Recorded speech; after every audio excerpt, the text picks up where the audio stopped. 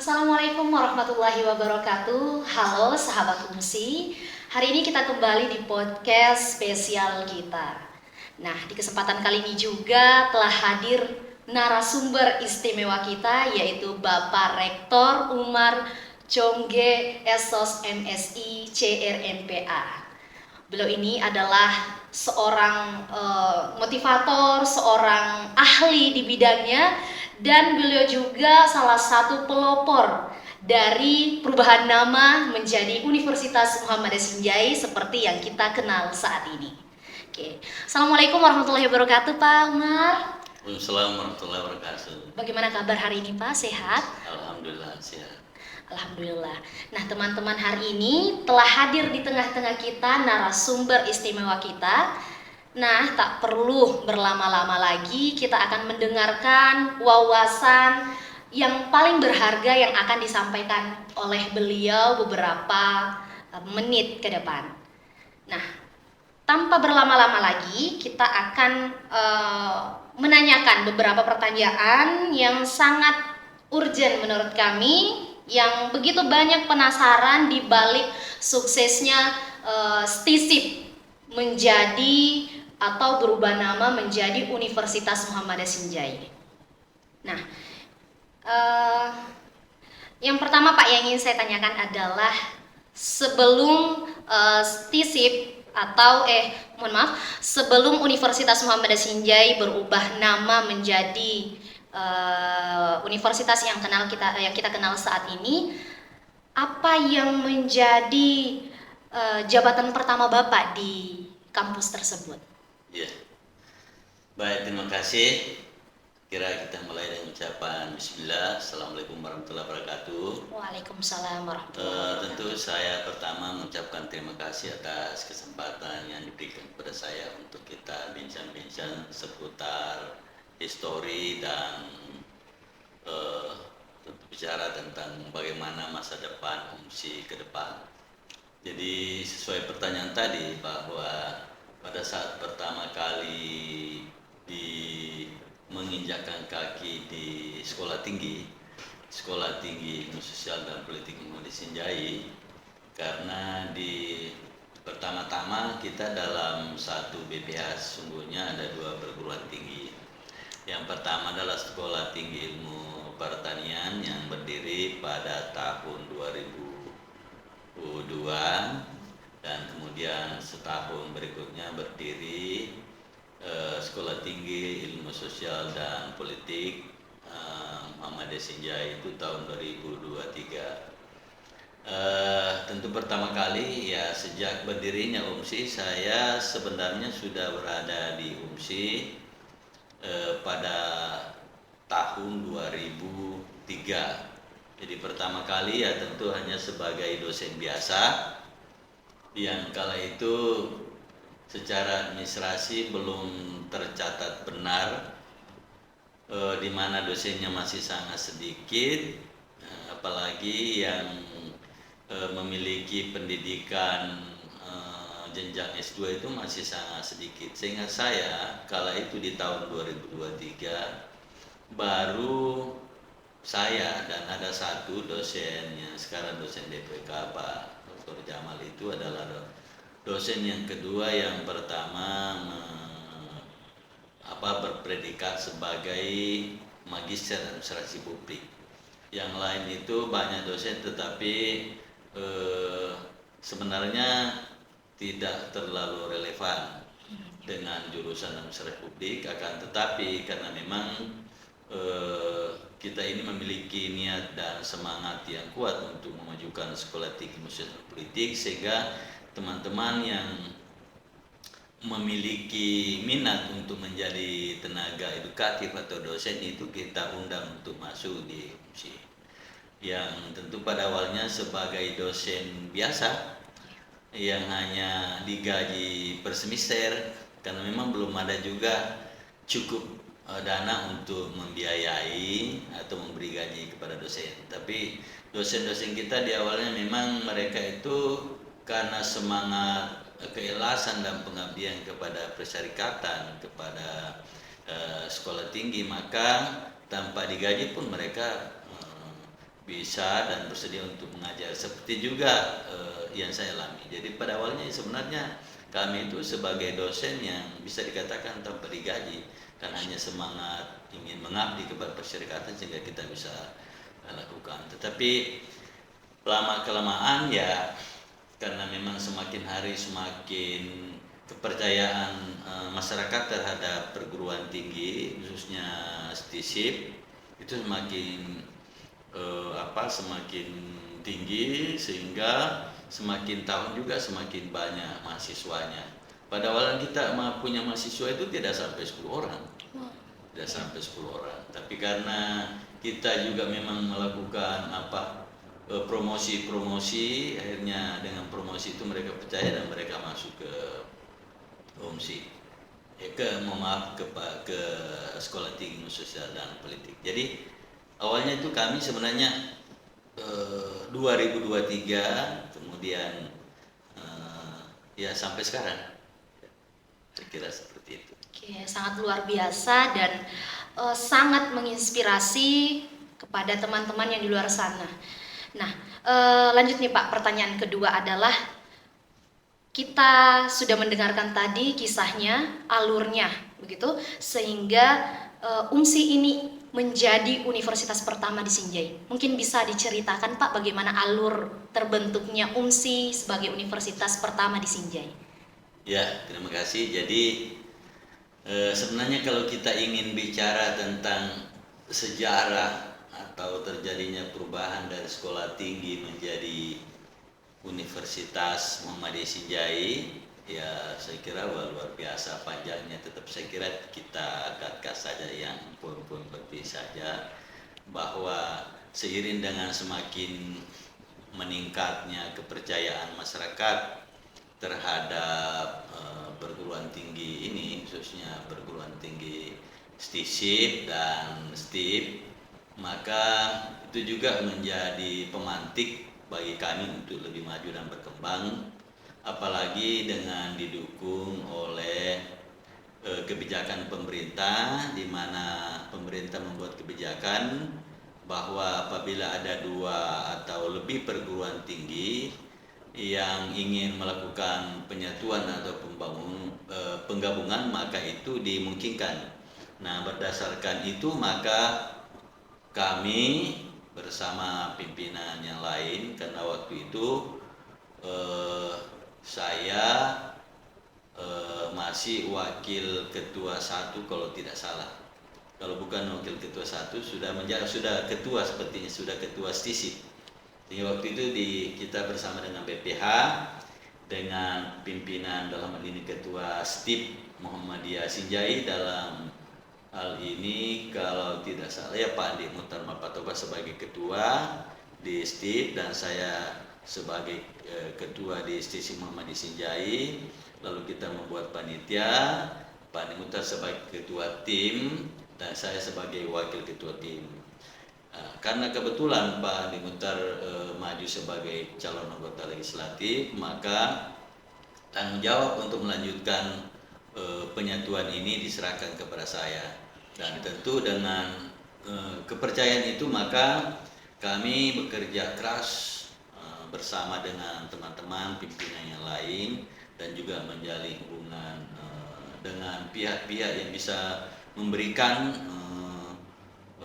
sumbang pemikiran terkait bagaimana model di dalam rangka menyatukan perguruan tinggi yang berbeda tentunya. Meskipun kita satu BPH, tetapi kita punya berbeda karena satu di bidang pertanian dan satu di bidang ilmu sosial. Tetapi alhamdulillah dengan kerja keras, dukungan pihak Lildikti dan juga kementerian, sehingga pada tahun 2020 kalau tidak salah ya, 2020 saya sudah mulai lupa karena sudah juga, jadi sudah di bulan Mei itu ya keluar surat keputusan Kementerian Pendidikan dan Kebudayaan untuk memberikan kepercayaan kepada kita untuk menjadi sebuah universitas yang pertama di Kabupaten Sinjai yang kita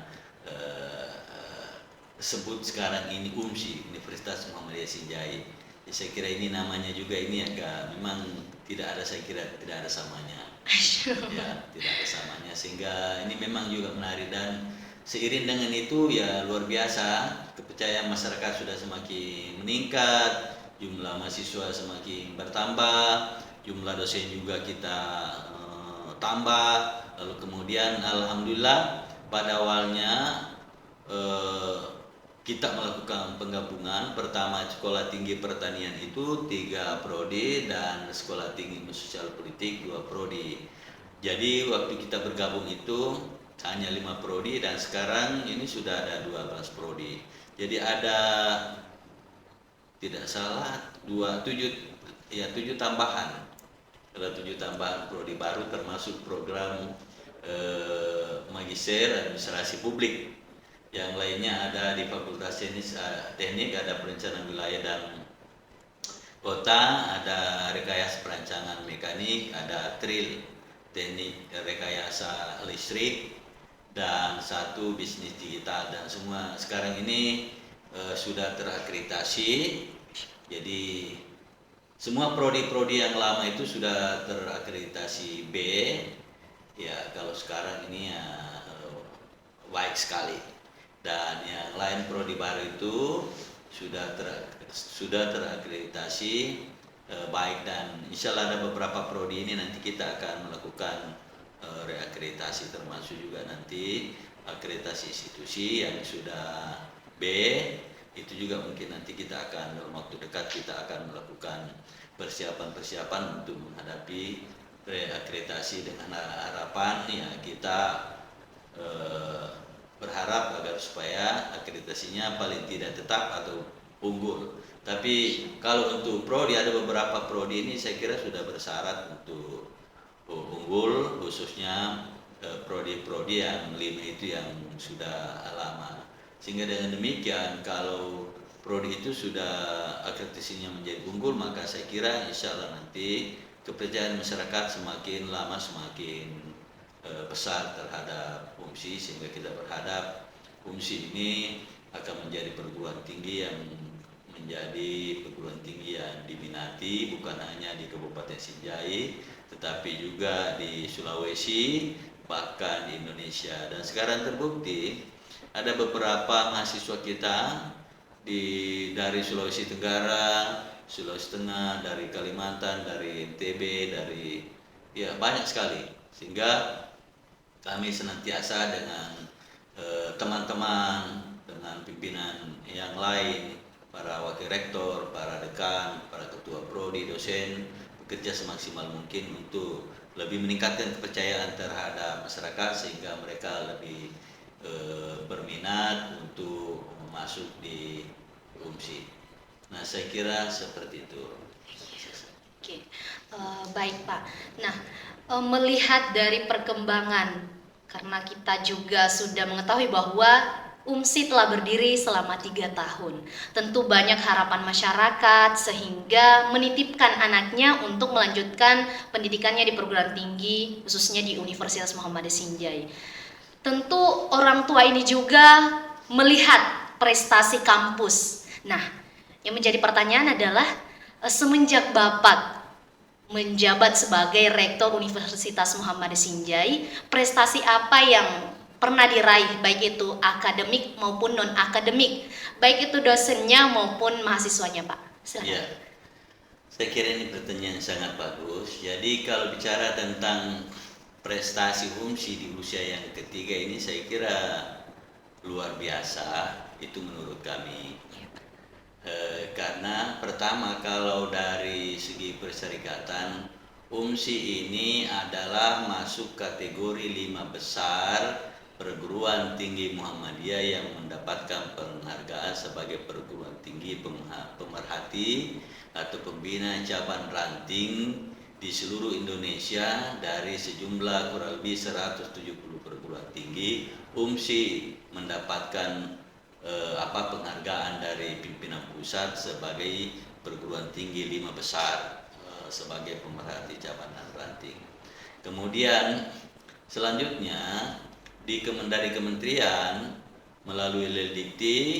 Di tahun kedua itu UMSI mendapatkan 3 penghargaan, baik penghargaan kepada mahasiswanya mendapatkan hibah maupun kepada dosennya mendapatkan hibah, dan termasuk juga penghargaan pengelola hibah MBKM yang terbaik.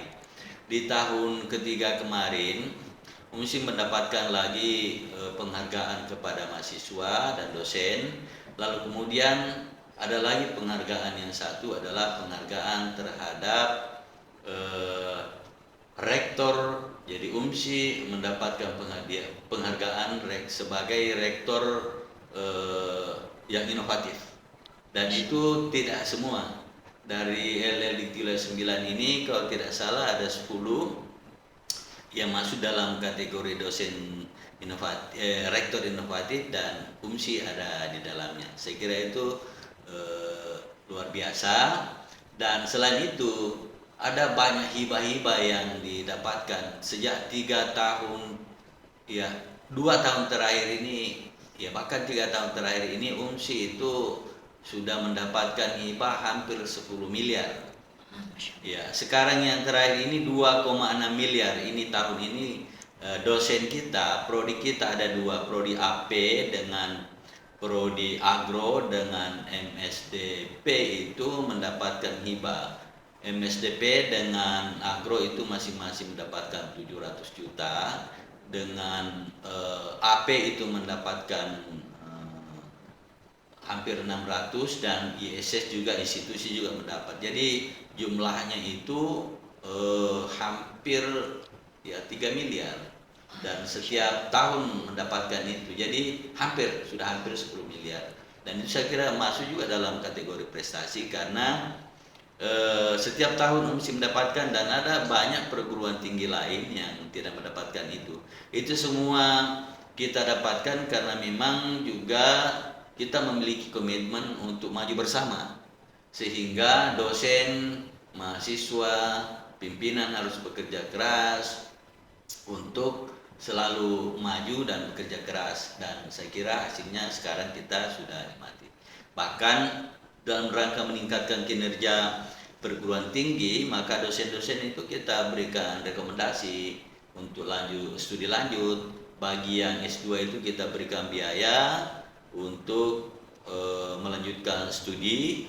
Lalu yang sudah S2 mau lanjut ke jenjang S3 itu kita juga berikan rekomendasi dan juga bantuan. Saya kira seperti itu. Oke. Nah, teman-teman, sudah dijelaskan tadi mengenai prestasi-prestasi yang diraih oleh Universitas Muhammadiyah Sinjai semenjak menjabatnya Bapak Dr. Umar ini. Nah, teman-teman yang di luar sana jangan bingung untuk bisa melanjutkan perkuliahan. Mau yang strategis sudah ada di Sinjai, mau yang universitas sudah ada di Sinjai, dan yang paling menariknya lagi, universitas pertama lagi di Sinjai. Nah, terima kasih Pak, mungkin ini adalah pertanyaan terakhir. Melihat atau mendengar tadi prestasi yang sudah diraih, kira-kira apa yang menjadi visi misi kedepannya lagi Universitas Muhammadiyah Sinjai dalam mencapai tujuannya ke depan? Silakan Pak. Iya. Jadi kita UMSI ini kan visinya adalah ingin menjadi perguruan tinggi yang unggul, yang berbasis IT, teknologi. Nah, tentu juga bukan hanya di situ. Untuk mendukung itu maka sumber daya kita itu kualitasnya kita tingkatkan. Itu tadi dengan memberikan pelatihan, mengikuti lokakarya, mengikuti simposium, menjadi pemateri, kemudian ikut workshop baik yang dilakukan oleh kementerian maupun dilaksanakan oleh majelis dikti pimpinan pusat. Jadi hampir semua kegiatan-kegiatan yang dilakukan oleh kementerian dan majelis itu dosen kita, pimpinan kita itu kita ikutkan, tentu dengan konsekuensi ya biaya untuk kegiatan itu semua ditanggung oleh UMSI. Jadi memang kami ini untuk 5 tahun pertama, ya di 4 tahun pertama lah di masa jabatan saya selaku rektor itu memang kami prioritas utama adalah pengembangan sumber daya manusia. Karena kalau SDM-nya kita kualitasnya rendah, maka tentu juga tidak bisa diajak untuk bekerja keras untuk bisa lebih maju. Karena SDM itu saya kira yang utama. Kalau yang lain itu mungkin katakanlah fasilitas sarana prasarana itu dalam waktu sekejap 1 tahun yang paling lama kita bisa penuhi, tetapi kalau SDM itu tidak bisa, makan waktu yang cukup lama, paling singkat 2 tahun, bahkan bisa sampai 5-6 tahun, apalagi kalau S3.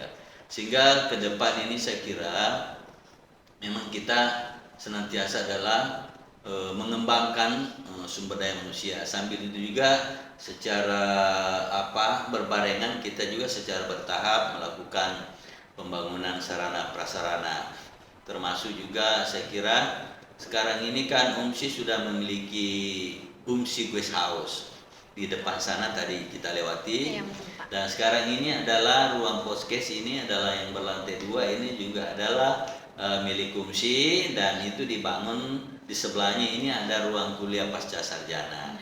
Nah,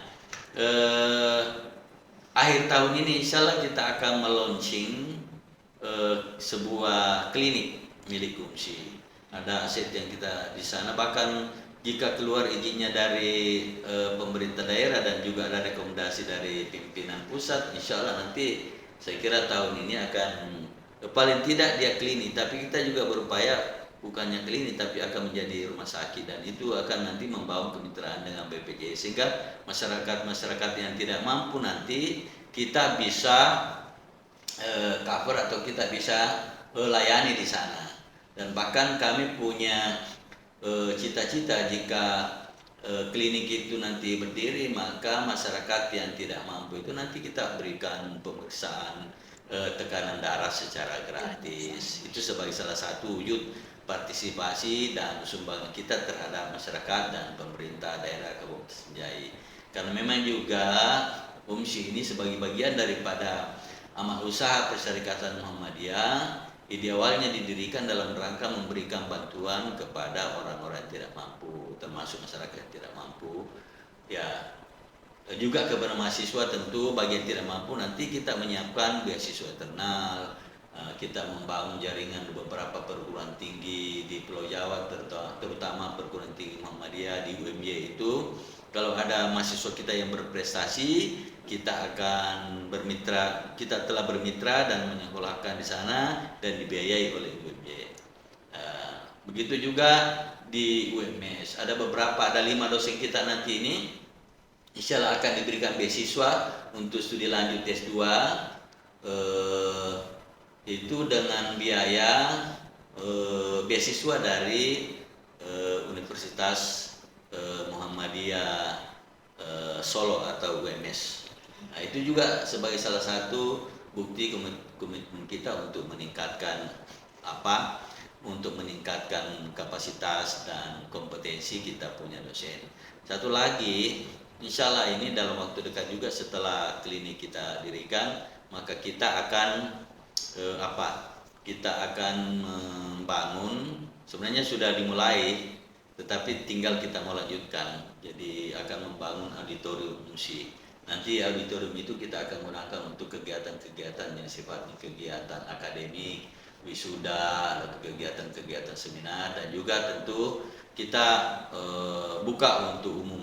Mungkin kita akan memberikan bantuan kepada masyarakat yang membutuhkan penggunaan daripada auditorium itu, dan insya Allah nanti mungkin juga di 2-3 bulan ke depan kita juga akan sudah mulai untuk melakukan pembangunan dari auditorium itu.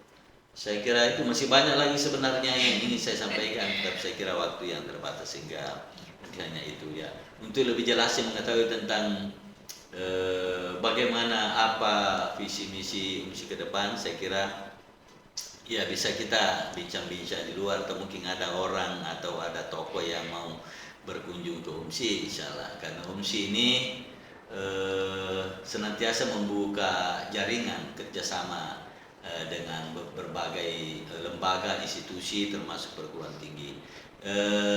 Minggu yang lalu kami di Yogyakarta, tepatnya di Universitas Ahmad Dahlan, kami melakukan penandatanganan MOU dengan Kyungdong University dari Korea.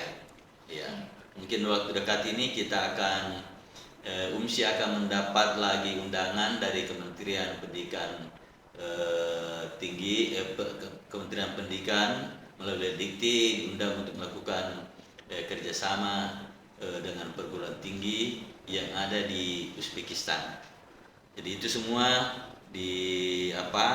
didapatkan UMSI atau UMSI mendapatkan undangan dari Dikti karena dianggap termasuk perguruan tinggi yang muda, yang baru, tetapi memiliki loncatan-loncatan yang saya kira sangat luar biasa. Ya, bukan hanya berpikir dirinya sendiri, tapi berpikir juga untuk sekitar masyarakat yang ada khususnya di Kabupaten Sinjai. Karena dengan kehadiran UMSI ini, saya kira secara ekonomi bisa berkontribusi terhadap pemerintah daerah. Begitu banyak uang yang bergulir di Kabupaten Sinjai itu karena UMSI. Mahasiswa kita kalau kuliah di UMSI, anak kita kalau kuliah di UMSI itu saya kira banyak keringanan-keringanan, terutama pembayaran, bisa diangsur berkali-kali. Ya bahkan ya kalau memang mereka belum mampu membayar, sudah mau final, ya kita berikan keringanan karena memang juga tujuannya kita ini sebenarnya intinya adalah core-nya adalah pelayanan kepada masyarakat tanpa pandang bulu. Saya kira itu. Terima kasih. Nah, teman-teman, telah disampaikan visi dan misi dari Universitas Muhammadiyah Sinjai, yaitu pengembangan sumber daya manusianya, kemudian bagaimana membantu masyarakat yang kurang mampu, dan terlebih lagi Universitas Muhammadiyah Sinjai tidak bakalan lama lagi akan launching klinik. Nah, di sini sangat bermanfaat sekali nih bagi masyarakat yang kurang mampu maupun mahasiswa yang kurang mampu jika ingin mengakses kesehatan gratis. Dan Universitas Muhammadiyah Sinjai juga akan bermitra dengan BPJS Kesehatan. Mungkin hanya itu Pak pertanyaan pada kesempatan ini, pada podcast kali ini. Terima kasih telah hadir, terima kasih telah meluangkan waktunya, dan mohon maaf jika ada pertanyaan atau salah kata dari kami.